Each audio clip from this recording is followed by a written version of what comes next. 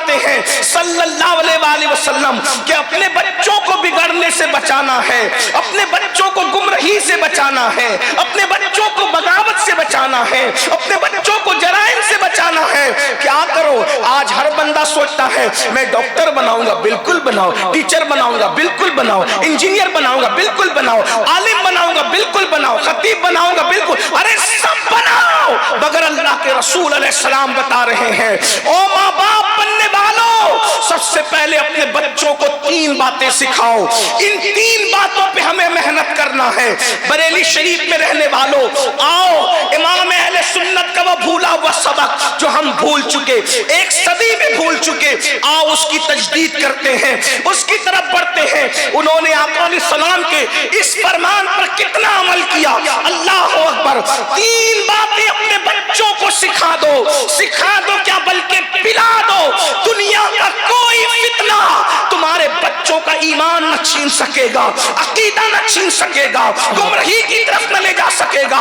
पहली चीज सिखाना क्या है, क्या सिखाओ अपने बच्चों को, तो मेरे आका इरशाद फरमाते हैं सबसे पहली चीज जो बच्चों को सिखाना है, मेरे सादिक व मसदूक ने फरमाया नबी की मोहब्बत, अपने नबी की मोहब्बत सिखाओ, इश्क रसूल सिखाओ। अल्लाह अकबर। याद रखना किसको जिम्मेदारी दी जा रही है, माँ बाप को जिम्मेदारी दी जा रही है। ये कितने फितने हैं, ये सारे फितने खाक की नजर हो जाएंगे। इश्क मुस्तफा तो सिखाओ, अल्लाह अकबर। और याद रखना जिसके सीने में इश्क होगा, इश्क मुस्तफा होगा, वो कभी किसी लड़की के हुस्न पर ईमान का सौदा नहीं करेगा, गाने गज़लों की दहलीज पर ईमान का सौदा नहीं करेगा। इसलिए कि जब दिल में आमिना का लाल बसता है तो इंसान पुकार उठता है, अरे बरेली वालों क्या सबक भूल गए, इसी जमीन से तो आवाज उठी थी तेरे कदमों में जो है क्या देखे, तेरे कदमों में जो है गैर का मुंह क्या देखे, कौन नजरों पे चढ़े देख के तलवार नजरों पे, अरे तलवार इतना खूबसूरत, क्या बात, तलवार इतना खूबसूरत है कि बड़े बड़े हसीना ने जहां का चेहरा तलवार देखने के बाद समझ में इश्क सिखाओ, सिखा रहे हो इश्क। पूछना चाहता हूं इश्क मोहब्बत के इमाम के पड़ोस में रहने वालों, इससे बढ़ करके सुस्ती और काहिली क्या होगी। अपने बच्चों को बाजू में बिठा करके ज़िना की फिल्में तो देखते हो, अपनी जवान बेटियों को बाजू में बिठाकर भागने भगाने वाले सीरियल के मनाजिर तो देखते हो। क्या इश्क रसूल भी सिखाते हो, क्या मोहब्बत रसूल भी सिखाते हो। कहां गई वो मोहब्बत रसूल जिसके बारे में कहा गया था ला युमिनु अहदुकुम हत्ता अकूना युकाल इन्नहु मजनून, कि इतना इश्क करो अपने नबी से कि तुम्हारा इश्क रसूल देखकर लोग तुम्हें दीवाना कहें, लोग तुम्हें पागल कहें, लोग तुम्हें मजनू कहें। पागल किसको कहते हैं, पागल तरह तरह की बातें नहीं करता, जो जिसमें पागल होता है बस वो एक ही बात को रिपीट करता रहता है। कभी दीवाने को देखा है, अरे जाओ आपने जब आर्टिफिशियल दीवाने तो बहुत देखे होंगे, कोई सच्चा दीवाना जा करके देखो, वो एक ही बात करता है, गाली देगा तो गाली ही देगा, किसी के लिए कुछ कहेगा तो वही करेगा, बार बार एक ही रिपीट करता है। अब क्या पता चला कि तुम्हारे इश्क को देखकर लोग तुम्हें दीवाना कहे, यानी हुजूर के सिवा कोई और आपके समझ में आता ही नहीं। मेरे इमाम ने इसीलिए तो कहा उन्हें जाना, उन्हें माना, गैर से काम, लिल्लाहिल हम्द, मैं दुनिया से मुसलमान गया, मैं खबर जल्द के गैरों की तरफ ध्यान गया, मेरे आका मेरे मौला तेरे कुर्बान, क्या बात, मेरे आका मेरे मौला तेरे कुर्बान गया। वो इश्क है, दीवाना एक ही बड़ में रहता है। हम भी दीवाने बन जाएं, कभी उठे हुजूर के जुल्फ का तस्करा, हुजूर की आंखों का तस्करा, हुजूर की पेशानी का तस्करा, उनके चलने का तस्करा, उनके बोलने का तस्करा, उनकी अदाओं का तस्करा। हम जब इस मामले में इमाम अहमद रजा को देखते हैं तो देखते हैं वो कैसा कुश्ता इश्क रसूल था, वो गमगीन भी होता। तवज्जो फरमाएं बरेली वालों, तवज्जो करो, पूरी दुनिया बरेली का नाम लेती है, अगर बरेली में बरेली ना हो तो जुमले पे गौर फरमाए, अगर बरेली में बरेली ना हो तो इससे बढ़कर महरूमी क्या है? अरे वो जब कोई मरता है मरने वाला, तो उस मौत पर जब आंसू बहाते तो लोग मरने वाले का जिक्र करते हैं। मेरा भैया मर गया, मेरा बेटा मर गया, मेरा चचा मर गया, मेरा दादा मर गया, वो मरने वाले के जिक्र करते हैं।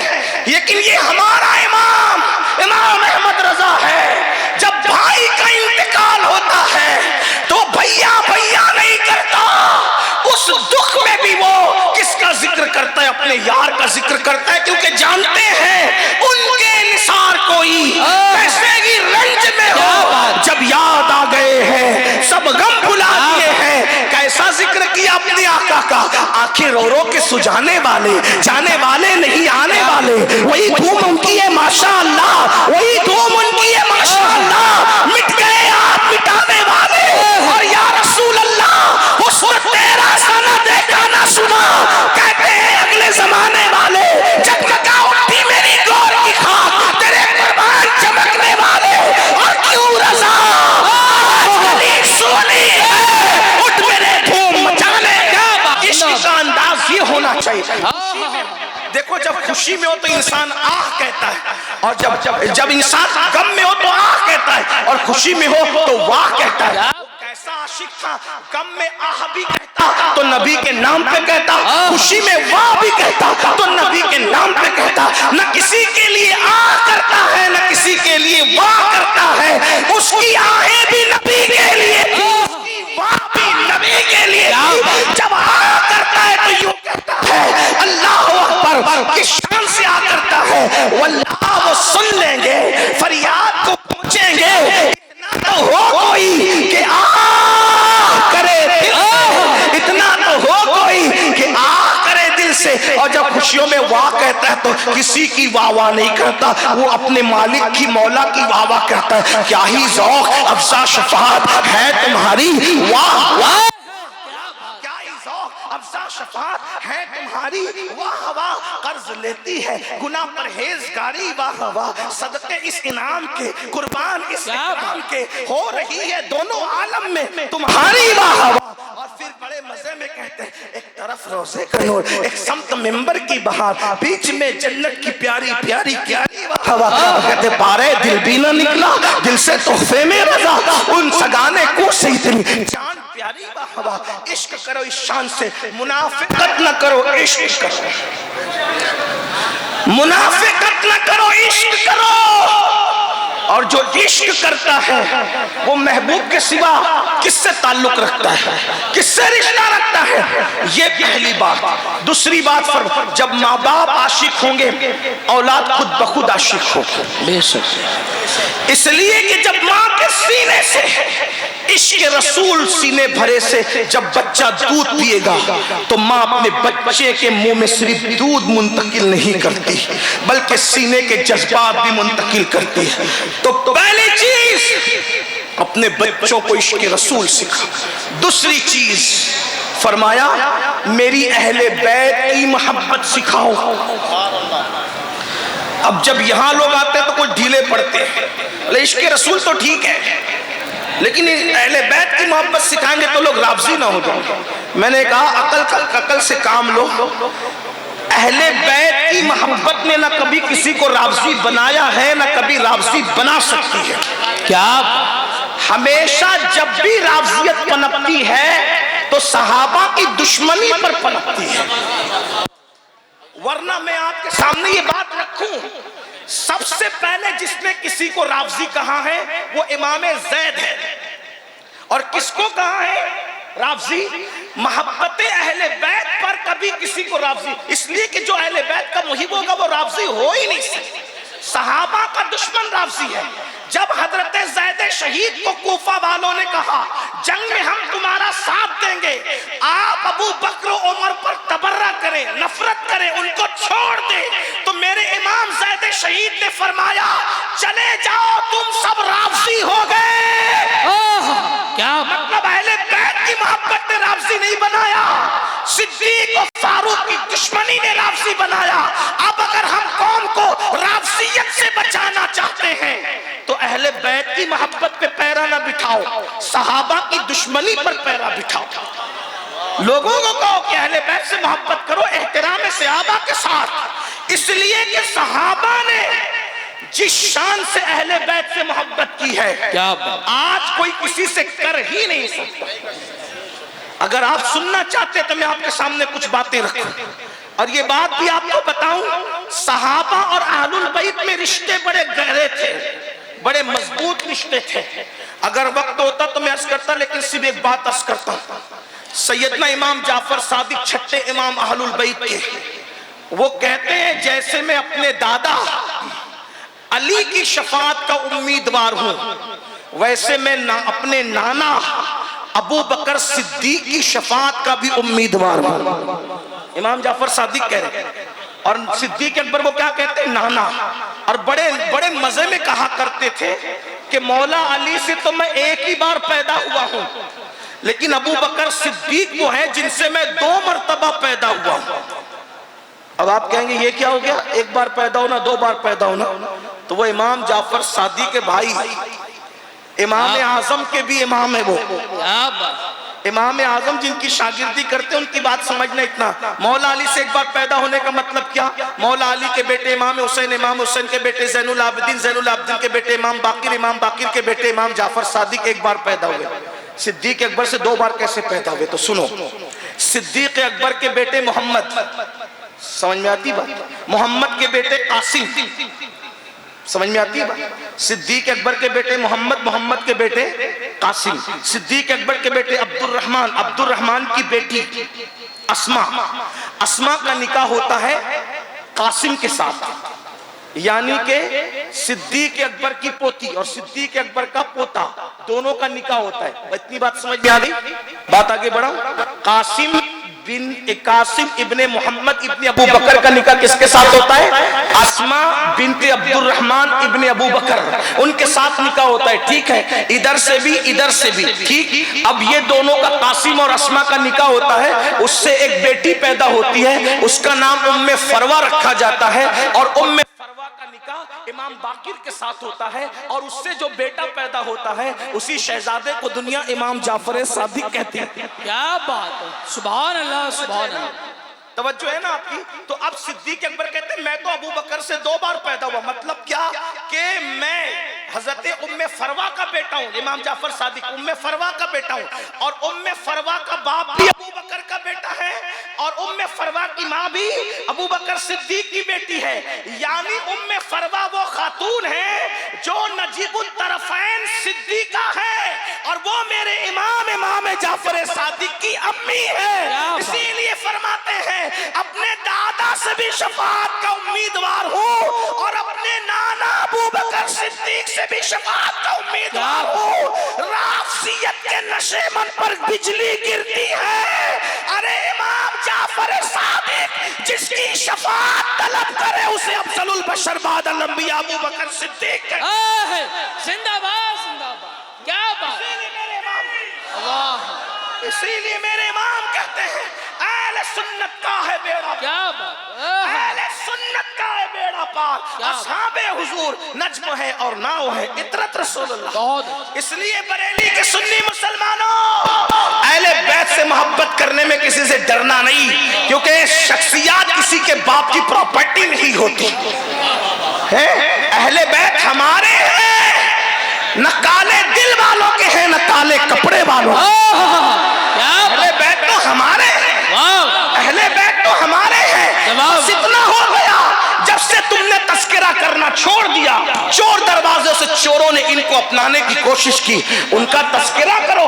गैर जरूरी लोगों के तस्करे लेके बैठते हो, मेरा अब्बा, मेरा दादा, मेरा ये, मेरा वो। अब्बा दादा को छोड़ो, इमाम आजम जिनके डंके बजाते थे उनके डंके बजाओ, इमाम शाफई जिनके डंके बजाते थे उनके डंके बजाओ, इमाम अहमद इब्न हंबल ने जिनके डंके बजाए उनके डंके बजाओ, इमाम मालिक ने जिनके डंके बजाए उनके डंके बजाओ। 90 लाख को कलमा पढ़ाने वाले मोइनुद्दीन ने जिसके लिए कहा शास्त हुसैन, शास्त हुसैन, दीन अस्त हुसैन, दीन बनास्त हुसैन, सरदार बदार दस्त दर दस्ते यजीद हक्का की बिनाए ला इलाहा हुसैन। इमाम अहमद रजा ने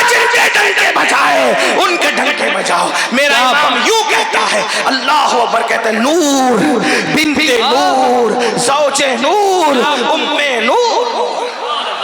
क्या बात, क्या बात। रवाफिज की 300 साला किताबें एक तरफ रखो और इश्क मोहब्बत के इमाम के 2 मिसरे एक तरफ रखो। क्या बात, भारी ना पड़ जाए तो फिर कहना। क्या बात। इसलिए कि सुन्नी अहले बैत के नाम पे सियासत नहीं करता, तो इसको इबादत समझ। असलम मियां साहब, जब मैं ये मिसरों पे आता हूँ तो मैं कहता हूँ सुन्नियों के बच्चे को आला हजरत के ये 2 मिसरे याद करा दिए कि किस शान से उन्होंने ना बयान किया सैयदा को। इकबाल जैसा मुफक्किर 3 निस्बतें बयान करता है, 6 मिसरे लेता है। और मेरा इमाम इश्क मोहब्बत का इमाम वो है बरेली वालों, जिसने एक ही मिसरे में सैयदा की सारी निस्बत बयान कर। क्या बात। और अल्फाज का एंड है, तवज्जो करना। मैं बात, अगर उलमा जब मुझसे गलती होगी तो मेरी इस्लाह करेंगे।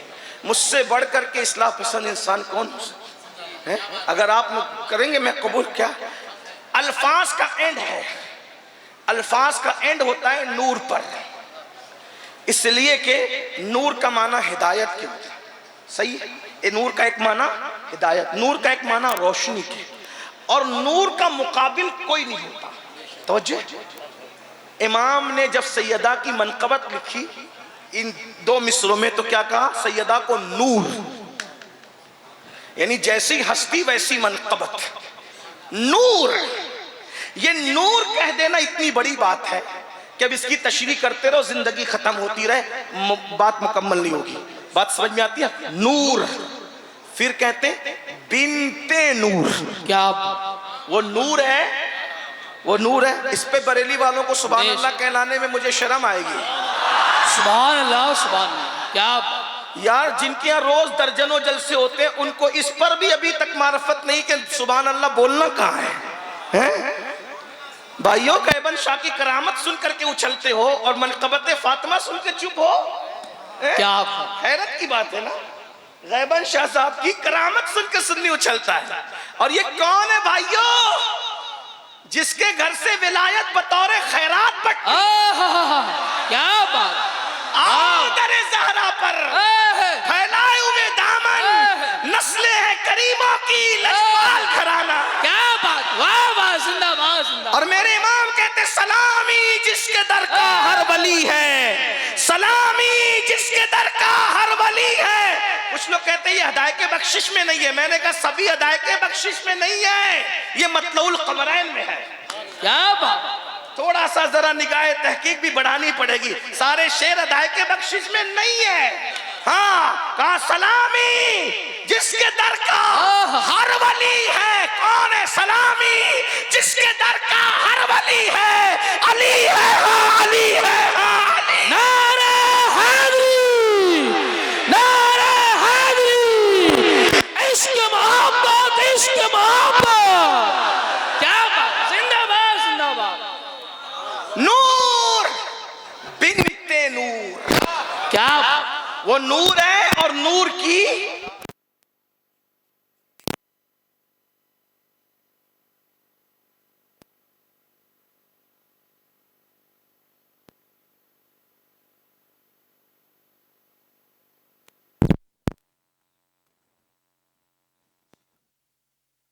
वाली होनी चाहिए।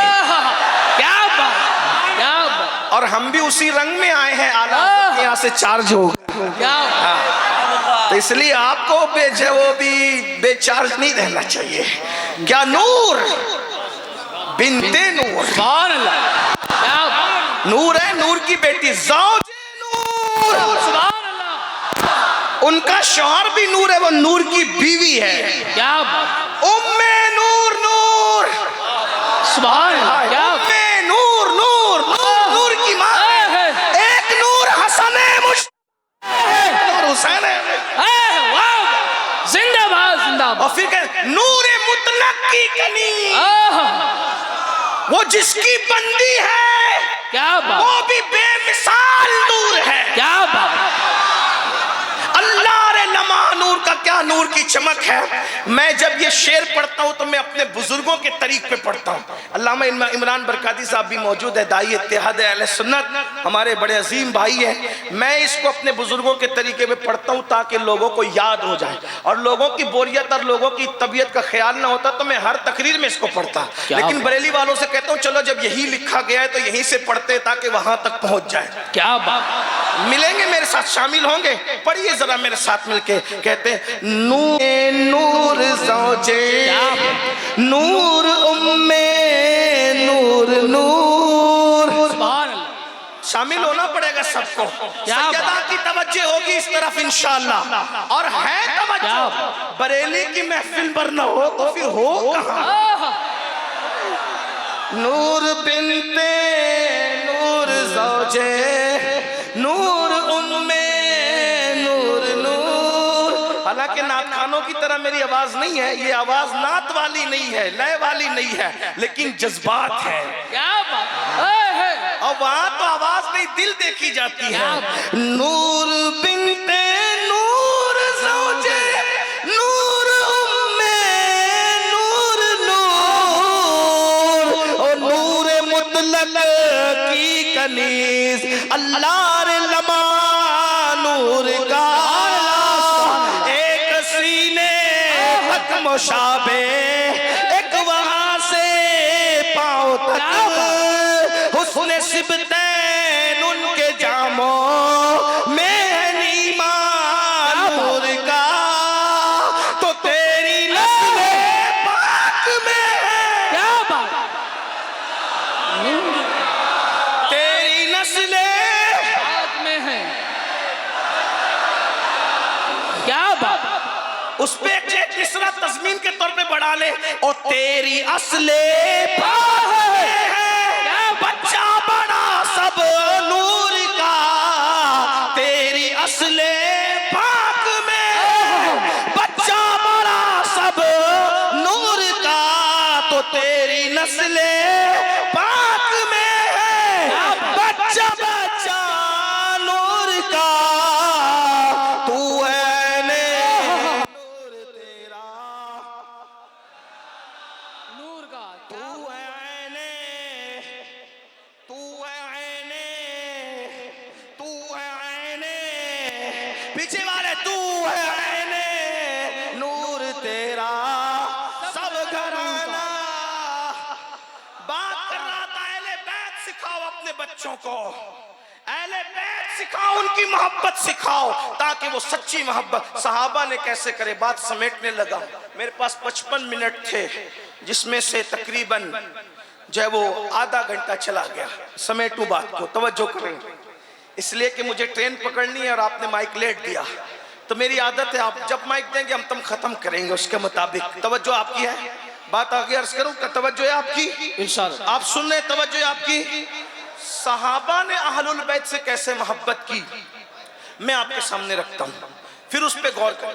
उन्होंने अपनी उम्र की परवाह नहीं की, उन्होंने अपनी उम्र की परवाह नहीं की। वो देखते थे खून रसूल है, अब बच्चा भी होता तो एहतराम करता, खून रसूल की ताजीम करता। इसलिए कि ताजीम और एहतराम के मामले में जुज का हुक्म कुल की तरह, जुज का हुक्म कितना है, कुल की तरह। समझाऊं आसानी से, कुरान की कितनी आयतें हैं, 6666, ठीक है, पूरे कुरान की इतनी आयत। अगर एक आयत अलग से रखी हो तो वो कुल कुरान तो नहीं है ना, लेकिन वो जुज़वे कुरान है। तो जितना एहतराम पूरे कुरान का किया जाएगा उतना ही एहतराम इस एक आयत का भी उतना ही किया जाएगा। जैसे उसकी तौहीन काफिर बना देगी, एक आयत की तौहीन भी इंसान को यही बात है ना। अब सुने सहाबा किराम किस तरह एहतराम करते थे अहलुल बैत का। अल्लाह अकबर। अल्लामा जामी ने लिखा, इब्ने हजर ने लिखा और भी बुजुर्गों ने, उसको मैं अपने अल्फाज के जामे में कुछ शरह के साथ बयान करता हूँ। एक मर्तबा सहाबा की महफिल थी, सहाबा की महफिल में हजरत सैयदना इमाम हुसैन अला जद्दी वाले सलाम दौड़ते हुए आए और आने के बाद रसूलुल्लाह की गोद में बैठ गए। बैठने के बाद हुजूर उनको चूमने लगे, गाल चूमा, पेशानी चूमा, और चूमते चूमते सहाबा से मुखातिब होके कहा, ये मेरा बेटा हुसैन है, ये मेरा बेटा हुसैन है, ये मेरा बेटा हुसैन है। जिसके बारे में कहा, हुसैन मिन्नी वाना मिनल हुसैन अहब्बल्लाहु मन अहब्बा हुसैना, हुसैन सिब्तुम मिनल अस्बात, हुसैन मुझसे है, मैं हुसैन से हूँ।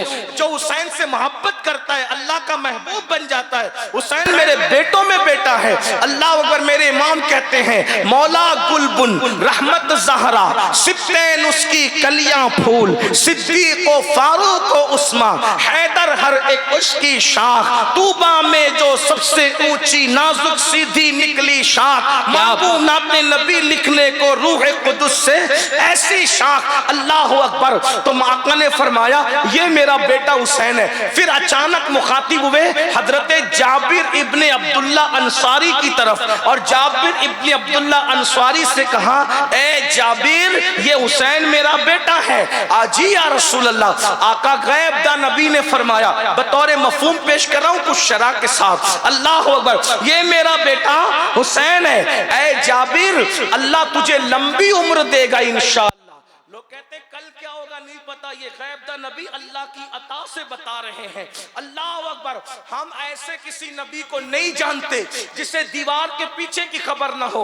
हमारा नबी तो वो नबी है जो जमीन पे बैठ करके आसमानों की खबर देते हैं। अल्लाह अकबर। फरमाया, जाबिर, अल्लाह तुझे लंबी उम्र देगा इंशाअल्लाह। और उसके बाद 5 या 6 साल की कुछ उम्र होगी, यानी 7 साल से कम उम्र थी इमाम हुसैन की, चूंकि 4 हिजरी में पैदा हुए और 11 हिजरी में रसूलुल्लाह का विसाल हो गया। तो हुजूर के विसाल के वक्त इमाम हुसैन की उम्र 7 साल से ज्यादा की नहीं थी, अभी 5-1 साल की उम्र है। उसमें आका फरमा रहे, जाबिर, मेरा बेटा ये हुसैन है, अल्लाह तुझे लंबी उम्र देगा। हुसैन की शादी होगी, उनके घर बच्चे होंगे, और उन बच्चों में एक बच्चा होगा, उसको दुनिया ज़ैनुल आबिदीन के नाम से याद करेगी।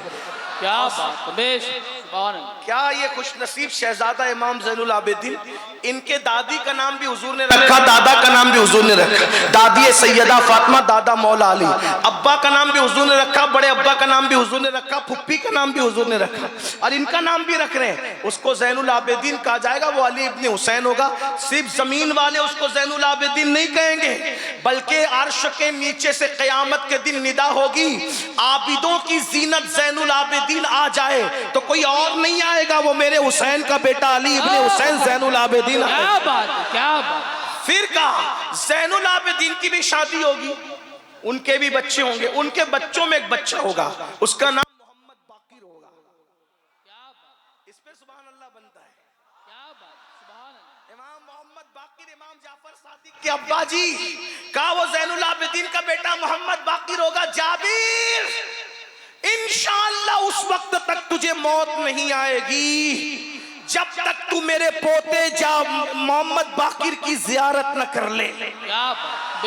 जब तक तू उनका दीदार न कर ले। अल्लामा जामी लिख रहे, मैं कुछ शरा के साथ बयान कर रहा हूं बतौर मफहूम।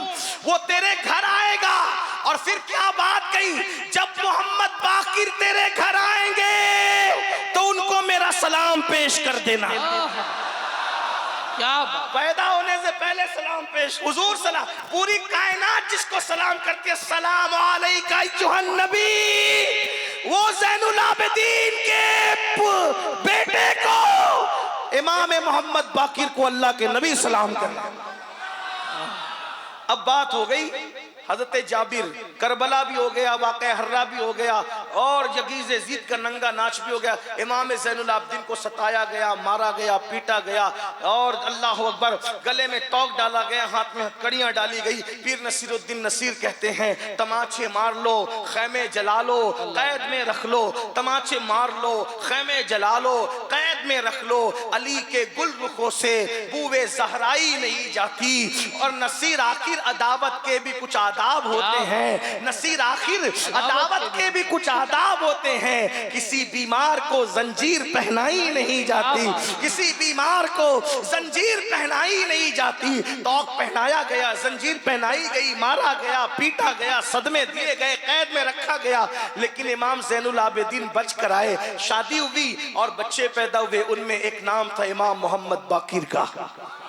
इमाम बाकिर का बचपना था, किसी काम से किसी मोहल्ले में गए तो किसी ने कान में कहा, इमाम इसी मोहल्ले में आपके नाना के सहाबी रहते हैं, उनका नाम जाबिर है, जाबिर, क्या आप अपने नाना की सहाबी की जियारत करेंगे? इमाम मोहम्मद बाकिर ने कहा, क्यों नहीं, बिल्कुल करेंगे।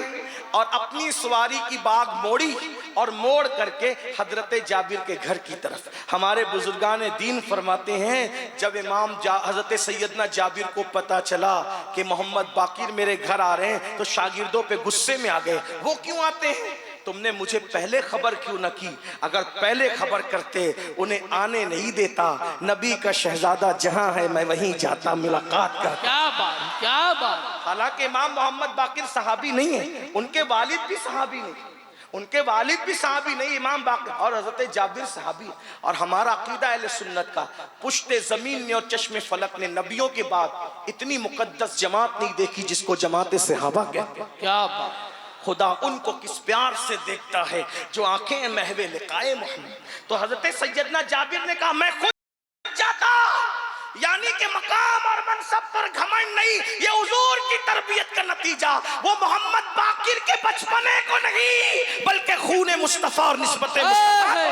क्या बात, क्या बात। लेकिन बहरहाल फरमाया वो आ रहे हैं, मुझे उनके लिए उठा करके खड़ा करो, मुझे उनके लिए उठाकर उनकी ताज़ीम में खड़े, बच्चे की ताज़ीम में खड़े हो रहे हैं हज़रत जाबिर।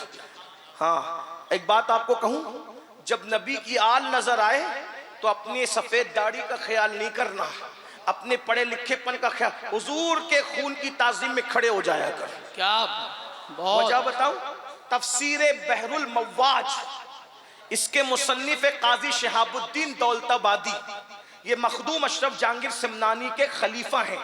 वो अपनी किताब तफसीर बहरुल मव्वाज में लिखते हैं कि अल्लाह के रसूल ने फरमाया, जिसका मफहूम ये है, जब तुम्हारी महफिल में कोई भी आए, तुम्हारी मर्जी खड़े हो या बैठे रहो, लेकिन जब मेरी अहले बैत आया करे, मेरी औलाद आया करे, तो उनके लिए उठ करके खड़े हो जाया कर। सुभान अल्लाह। या रसूल अल्लाह, अगर उठ के खड़े ना हो तो मैं तो खतीब हूँ, मैं तो अदीब हूँ, मैं तो ये हूँ, मैं तो वो हूँ, मैं तो वजीर हूँ, मैं तो सदर हूँ। फिर अगर मैं खड़े ना हूँ तो इसी बरेली में ये बात बैठकर लिखी गई। इमामुल मुतकल्लिमीन अल्लामा नकी अली खान, जो आला हजरत के भी आला हजरत थे, पूरी दुनिया आला हजरत को आला हजरत कहती है, आला हजरत जिसको आला हजरत लिखते थे वो जात है इमामुल मुतकल्लिमीन अल्लामा नकी अली खान।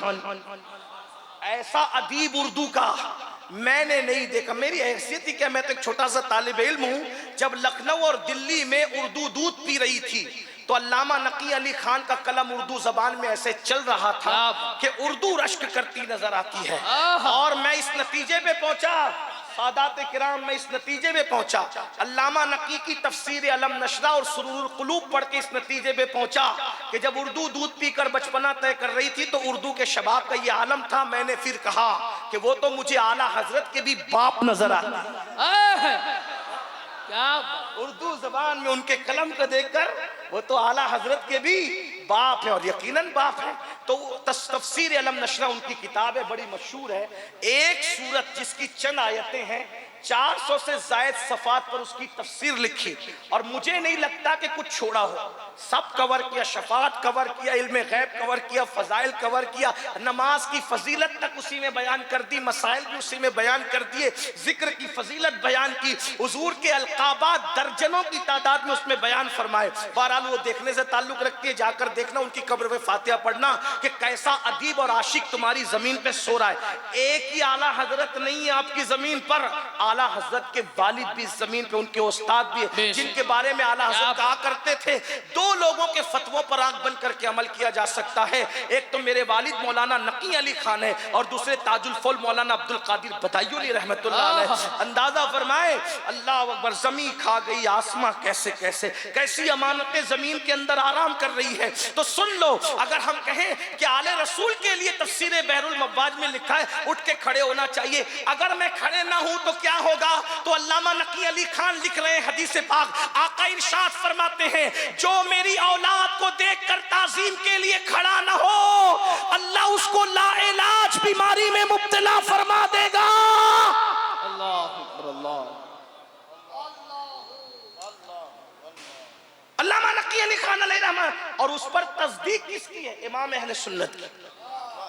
उस तफसीर पर तस्दीक इमाम अहले सुन्नत की। क्या क्या बात कही, कहा बाप भी लाजवाब, बेटा भी लाजवाब। मैं अल्लामा वामकी पर और आगे बढ़ के कहूं पूरा खानदान ही लाजवाब। क्या बात, जिंदाबाद। आपको लाजवाब इसलिए कह रहा हूं, हमने ना बाप को देखा ना बेटे को देखा, ना मुफ्ती आजम को देखा ना हुज्जतुल इस्लाम को। मैं अपनी बात करता हूं, 81 में वो चले गए और 83 मेरी पैदाइश है, लेकिन हमने ताज शरिया को देखा, हमने ताजुल शरिया को देख के समझ लिया, जब हुज्जतुल इस्लाम का पूत का हुस्न ऐसा है तो उसमें हुज्जतुल इस्लाम कैसा होगा? मुफ्ती आजम के नवासे का तकवा ऐसा है तो मुफ्ती आजम का तकवा कैसा होगा? और आला हज़रत के नबीरे का इल्म ऐसा है, इमाम अहमद रजा के इल्म का आलम क्या है? बस्ती बस्ती करिया करिया, इल्म का सागर फैज़ का दरिया, इश्क मोहब्बत, इश्क मोहब्बत। क्या बात, क्या मुफ्ती आजम का जिंदाबाद। अख्तर रजा, मुफ्ती आजम का जर्रा क्या बना अख्तर रजा। महफिल अंजुम में अख्तर दूसरा मिलता नहीं, महफिल अंजुम में अख्तर दूसरा मिलता नहीं। हम तो समझ के देख कर, इसलिए कि चावल का एक दाना देख पूरी चेक करने के लिए काफी है। समझदारों के लिए तो बहुत कुछ है, लेकिन हम उतने समझदार नहीं। हम अपने बुजुर्गों के नक्शे कदम। राज क्या कर रहा था तो हुजूर की हाल को देखो तो 12 हजरत सैयदना जाबिर की बात चली थी, बात एंड की तरफ जाती है। हजरत जाबिर ने कहा मुझे उठाओ तो सही, और उसके बाद उठा करके खड़ा किया। इतनी उम्र हो गई थी कि आंखों की बिनाई कमजोर हो गई थी, आंखों की बिनाई कमजोर हो गई थी। जब हजरत इमाम मोहम्मद बाकिर आए तो उन्होंने उनको पकड़ा।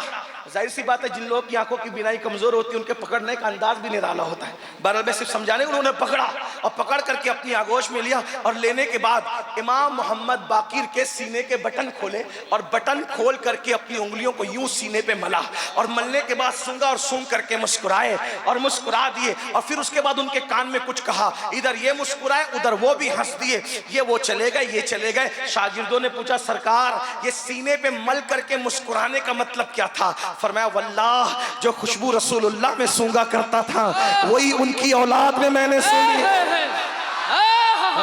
वही औलाद में मैंने सूंघी।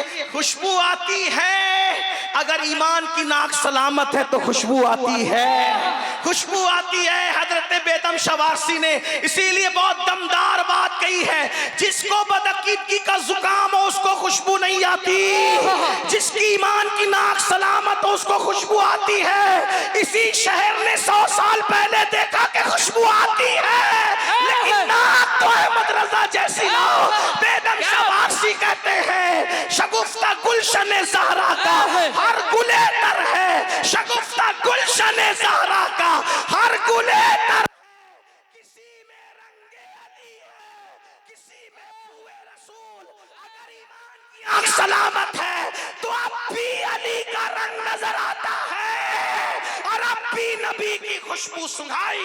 जिंदाबाद जिंदाबाद। क्या बात, क्या बात, जिंदाबाद। शने ज़हरा का हर गुले तर है, किसी में रंगे अली है, किसी में पूए रसूल। और अजब तमाशा हो मैदान हश्र में बेदम कि सब हो पेशे खुदा और मैं रूबरूए रसूल। तो हजरत जाबिर ने कहा कि मैंने वो खुशबू कहा कि फिर उनसे पूछा कान में क्या कहा कि आप इतना खुशी से हंस दी? कहा उन्होंने कहा तुम्हारे नाना ने मुझे बशारत दी थी कि मेरा बेटा मोहम्मद बाकिर आएगा, जब वो आएगा तो उसको मेरा सलाम पेश कर दे। नाना का सलाम वसूल करके हम खुश। ये थे सहाबा किराम, ये उनके ताल्लुकात, इसीलिए हम कहते ना इनको छोड़ते ना उनको छोड़। एक हाथ में अहलुल बैत का दामन, एक हाथ में सहाबा का। आखिरी बात इसीलिए अपनी औलाद को इश्क रसूल, इश्क अहले बैत और कुरान सिखाओ, कुरान की तालीम भी दो, सब पढ़ाओ, पहले कुरान पढ़ाओ, फराइज उलूम पढ़ाओ, इंशाअल्लाह दुनिया आखिरत दोनों समझ जाएगी। आखिरी बात के तौर पे अपने दादा मुर्शिद हुजूर मुफ्ती आजम की एक बात बयान कर दूं, उन्वान है ना उससे नूरी, हालांकि टाइम अगर होता तो मैं अहले बैत और पढ़ता, फिर हुजूर मुफ्ती आजम की जिंदगी पढ़ता, लेकिन आखिरी बात की तरफ हुजूर मुफ्ती आजम को बरेली वालों से ज्यादा कौन जाने। लेकिन बहरहाल मुझे एक बुजुर्ग ने बताया कि हुजूर मुफ्ती आजम जब भी किसी कमरे में क़याम करते थे तो लोगों से कहते थे इजाजत के बगैर कमरे में न आना। मुंबई में रुके हुए थे, जिसके घर क़याम था, उन्होंने सोचा कि हजरत तावीज़ देते देते इतना थक गए कि खाने का वक्त नहीं मिला। एक बात आपको बताऊं, पहले मैं अल्लाह की कसम खा के बात कहूं कि जब मैं तकरीर करता हूं तो मैं किसी सुन्नी को तंज नहीं करता, क्योंकि टारगेट करके तकरीर करने को मैं गीबत समझता हूं। मैं नहीं, इसलिए आप किसी को जहन में मत रखिए, मैं जनरल बात कर रहा हूं अल्लाह की कसम खा के। ठीक, कसम इसलिए खा रहा हूं, लोग पुड़ियां बांधते, ये कह दिया वो कि आप सुने, हुजूर मुफ्ती आजम जो पीर थे ना, वो गरीब परवर पीर थे। हुजूर मुफ्ती आजम गरीब परवर पीर थे। उनके नजदीक मुंबई का सेठ और बरेली का झोपड़े में रहने वाला गरीब बराबर हुआ करते। उनके यहाँ कोई दो कतार नहीं थी, उनके यहाँ दो नजरियात नहीं थे। वो गरीब परवर पीर थे। जितनी मोहब्बत वो मालदारों को देते थे उतनी गरीबों को भी देते। जैसे वो मालदारों की दावतें कबूल करते थे, गरीबों की भी, बल्कि बाज़ जगह मालदारों को नजरअंदाज करते थे और गरीबों को फौकियत देते थे, चूंकि हुजूर भी गरीब परवर रसूल थे, गरीब नवाज भी गरीब परवर थे, गौस पाक भी गरीब परवर थे। और आका अलैहिस्सलातु व तस्लीम फरमाते हैं कि अल्लाह मुझे मिस्कीनों में रख, मिस्कीनों में उठा और मिस्कीनों के साथ मेरा हश्र फरमा। हुजूर गरीब परवर थे। ये दौलत की पुजारीपन अब शुरू हुए हैं। ये 14वीं सदी की नहूसत है, जिसने जनाजों को भी अमीरी और गरीबी में बांट दिया, जिसने शादियों को भी अमीरी और गरीबी में बांट दिया, जिसने पीरा मुरीदी को भी अमीरी और गरीबी में बांट दिया। हाँ मेरे भाइयों, अमीर आए तो उसकी खैरियत पूछी जाती है, गरीब से मुसाफा करने की भी तौफीक नहीं। अमीर के जनाजे में कंधा देने वालों की कतार लगी होती है, गरीब शहर के जनाजे में कोई कंधा देने वाला भी नजर नहीं आता। मुसलमानों, ये अपना मजहब नहीं है। हमारे नबी ने अमीरी गरीबी का फर्क मिटाया था। जहां अब्दुर्रहमान इब्न औफ जैसा मालदार खड़ा रहता था, वहां बिलाल हबशी जैसी शख्सियत भी कंधे से कंधा लगा के खड़ा रहता। क्या बात, वाह। आज लोग कहते हैं बट लोग मुर्तद हो रहे हैं। तुमने अमीरी और गरीबी की दीवारें बनाई है जालिमों। तुमने शादियों को भी अमीरी और गरीबी में बांटा और जनाजों को भी अमीरी और गरीबी में बांटा है। गुर्बत की चक्की में पिसने वाले ये ना करेंगे, हालांकि हम उनकी तायीद ना कर रहे हैं, तायीद नहीं कर रहे हैं उनकी, लेकिन इंसान कहीं तो मजबूर होता है। गरीबों को सहारा देने वाला है कौन? मस्जिद के मुसल्ले से लेकर खानकाह की मसनद तक, इल्ला माशाअल्लाह। देखिए तो, चेक तो कीजिए, तलाश तो कीजिए, कौन है गरीबों का? मुफ्ती आजम गरीब परवर मुर्शिद थे। सबकी खैरियत को सबसे मिलते थे, उससे मुलाकात। उनके यहाँ हल्के भारी लिफाफे में तफरीक नहीं थी। वो जानते थे तोहफा तोहफा होता है, 1 करोड़ का हो या सड़ी हुई खजूरें हो, तोहफा तो तोहफा होता। क्योंकि वो दौलत के पुजारी नहीं थे, बेनियाज इंसान थे। बहरहाल तावीज लिखते थे, लोगों को तावीज देते, कभी तावीज बेचा भी नहीं। हालांकि आज उनके नाम पे हम बहुत तावीजात बेच रहे, धंधा ही कर रहे हैं। हाँ, जिसको कुछ नहीं आता वो एक किताब यहां से छपी हुई अपनी बगल में लेकर के घूमता ही रहता है। ये हाल है और बहुत बदनाम हुए हैं हम। अल्लाह की पनाह, अल्लाह हमें अपने बुजुर्गों के नक्शे कदम का पाबंद। मैं फिर कह रहा हूं, कोई मेरी नजर में नहीं है, मैं जनरल बात कर रहा हूं, हालात के तकाजे के तहत। फिर तावीज देते देते कभी किसी में गुस्सा नहीं करते थे। इतना दिया कि खाना भी भूल गए। जब कमरे में चले गए तो मेजबान को ख्याल है कि हज़रत ने तो खाना नहीं खाया, चलो दूध पिला देते हैं, हज़रत दूध पी के सो जाएंगे। जैसे ही दूध लेकर कमरे में गए तवज्जो फरमाए, मैं एंड कर रहा हूँ। चिल्लाने वालों को चिल्लाने दे, कोई बात नहीं, आप देख लीजिए। इसलिए कि अगर पूरा मजमा खामोश बैठा एक आदमी चिल्लाए तो उसके लिए तकरीर डिस्टर्ब नहीं की जा सकती। आप सुन ले, बात खत्म हो रही है, तवज्जो कर लें आप। दूध लेकर के जब मेजबान इजाजत के बगैर कमरे में गया तो उसने क्या देखा कि हुजूर मुफ्ती आजम रहमतुल्लाह अलैह को किसी ने कत्ल कर दिया और उनके जिस्म के टुकड़े टुकड़े बिखरे हुए पड़े हैं। अब एक इंसान जिसके घर मुफ्ती आजम का मर्डर हो जाए, कत्ल कर दिया जाए, उसके अपने गुमान में, और कल से तो मैं वो सर उठा के जी भी नहीं सकता, मरे दम तक नहीं बल्कि क़यामत तक एक धब्बा लग गया कि इसने मुफ्ती आजम की हिफाजत नहीं की, किसी ने उनका कत्ल कर दिया। जब ये देखा तो बर्दाश्त न कर सका, सदमे से जमीन पे गिरा, बेहोश हो गया। सिर्फ सर नहीं कटा, पूरा जिस्म टुकड़े टुकड़े। चीख मार के बेहोश जब हुआ है तो दूध भी गिरा और ये भी गिरा।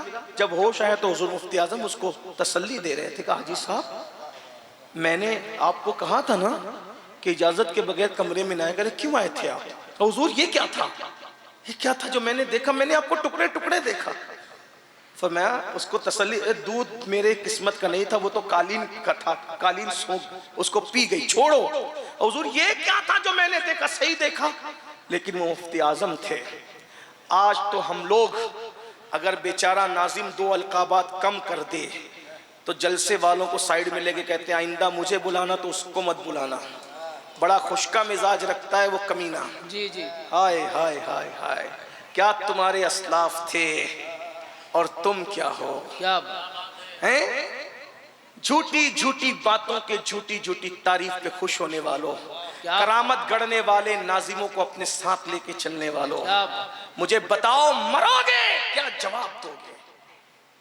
अल्लाह की अदालत में कैसे खड़े रहोगे? क्या ये नहीं पता कि जिसके अंदर जो खूबी ना और वो खूबी बयान की जाए, अल्लाह ताला क़यामत के दिन पूछेगा तू तो वो था नहीं ना, तू तो वो था नहीं, बता। हाय हाय, बताओ अल्लाह की पनाह। हुजूर मुफ्ती आजम ये मंजर देखा, फरमाया हाजी साहब बताता तो हूँ, लेकिन वादा करो जब तक मैं दुनिया में रहूंगा ये वाकया आप किससे बयान नहीं करोगे, ये वाकया किसी से बयान नहीं करोगे। मेरे भाइयों आजकल लोग जो है ना सेंसर गेट को भी अपनी करामत समझते हैं। पड़ोसी मुल्क के एक पीर साहब इंग्लैंड गए तो बाद में मुरीदों ने आके कहा जब तक पाकिस्तान में रहते थे तो पीर की अजमत पता नहीं चली, इंग्लैंड गए तो पता चली कि पीर की अजमत क्या। कहा वो कैसे? कहा जहां जहां पीर साहब गए खुद ब खुद गेट खुलते चले गए, एयरपोर्ट के गेट खुद ब खुद खुलते चले गए।